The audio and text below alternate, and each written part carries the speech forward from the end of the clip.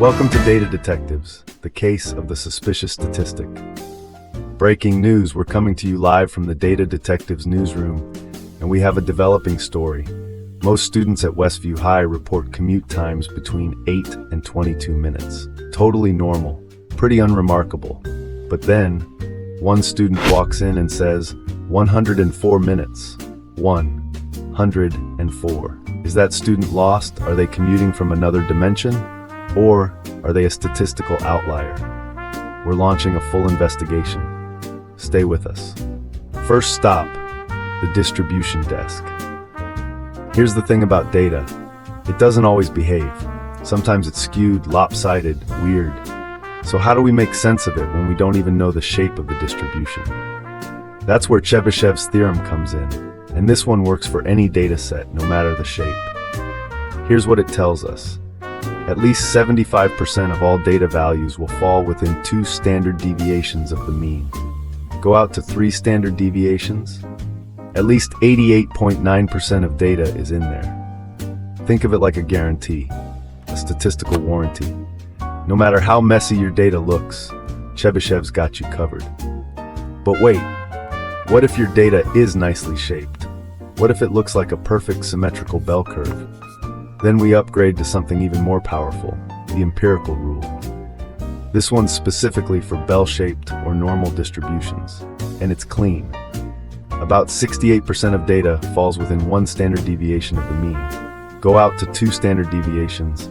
Now you're capturing about 95%. 3 standard deviations? Nearly everything. 99.7% of all values.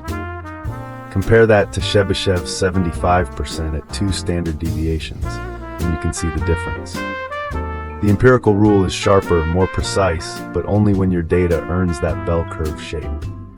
Chebyshev's is the rule for everyone else. Now, back to our suspect, that 104-minute commute. Let's run the numbers. In statistics, we use something called a z-score to measure how far a value is from the mean in units of standard deviations. Say the mean commute is 15 minutes, and the standard deviation is around 4 minutes. That gives our mystery commuter a z-score of roughly 22. That is not a typo. 22 standard deviations away from the mean. For context, anything around 3 or beyond. We start raising eyebrows. Our student isn't just an outlier, they're practically in a different data set entirely. But z-scores aren't the only way to catch a rogue number. Let's go to the IQR investigation. The interquartile range, or IQR, is the distance between the first quartile Q1 and the third quartile Q3. Basically, it's the spread of the middle 50% of your data.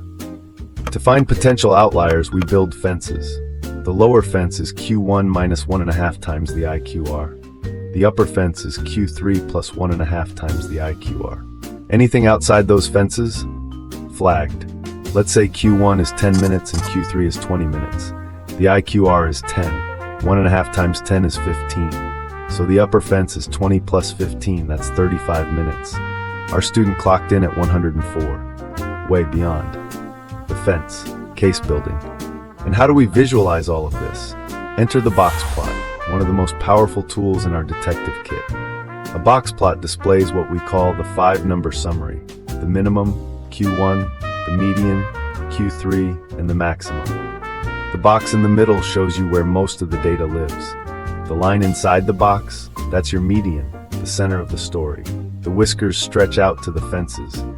And any point sitting outside those whiskers, those are your suspects. Outliers, plotted right there for everyone to see. Box plots also reveal skew. If the box is pushed to one side, the data is lopsided. They pack a lot of information into one simple picture. Alright, detectives, here's your one challenge for today.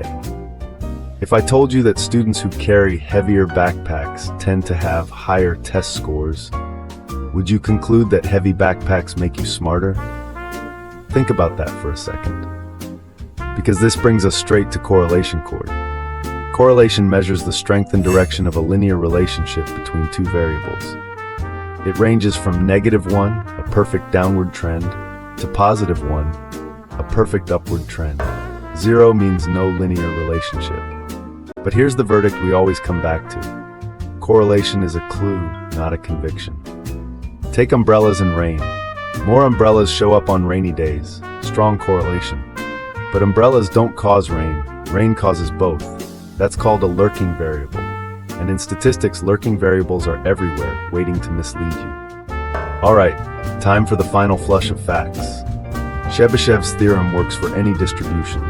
75% within 2 standard deviations, 88.9% within 3. The empirical rule is sharper, 68, 95, 99.7, but only for bell curves. Z-scores measure how far a value strays from the mean. The IQR fences catch outliers hiding at the edges. Box plots show the full picture. Center, spread, skew, and suspects. And correlation? It points the finger, but it doesn't prove guilt.